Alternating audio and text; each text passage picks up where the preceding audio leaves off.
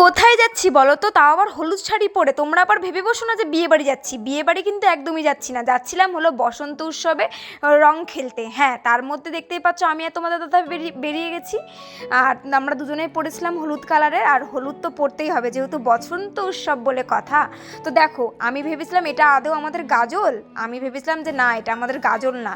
এত ভিড়, মানে ধারণার বাইরে। আমি তো প্রথমে ভাবলাম আমি ভিতরে ঢুকবোই না, তারপরে দীর্ঘ একটা নিঃশ্বাস ফেলে যাই হোক আমি ভাবলাম যে না, যাই হোক ভিতরে ঢুকা যাক।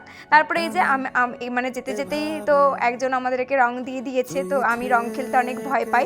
আর দেখতে পাচ্ছ এত ভিড়, এত ধুলো উঠছিল, আমি তো বেশিক্ষণ থাকতেই পারিনি। তারপরে সামনে যে কি কি প্রোগ্রাম হচ্ছিল সেগুলো এই ধুলোর জন্য আর এত ভিড়ের জন্য কিছুই আমি দেখতে পাচ্ছিলাম না। আর তোমরা কে কে গাজলের বসন্ত উৎসবে গেছো আমাকে কিন্তু অবশ্যই কমেন্ট করে বলবা। আর তার মাঝে মধ্যে আমি আর তোমাদের দাদাভাই একটু ভিডিও নিচ্ছিলাম, আর আমি বেশিক্ষণ কিন্তু থাকিও নি। আর তোমাদের দাদাভাইকে এদিকে রং মাখিয়ে পুরো ভূত করে দিয়েছে। তার মধ্যে এই যে ছিলাম আমি, দেখতে পাচ্ছ। আর আমাকে কেমন লাগছে অবশ্যই বলো। টাটা বাই, ভিডিও এতটুকুই।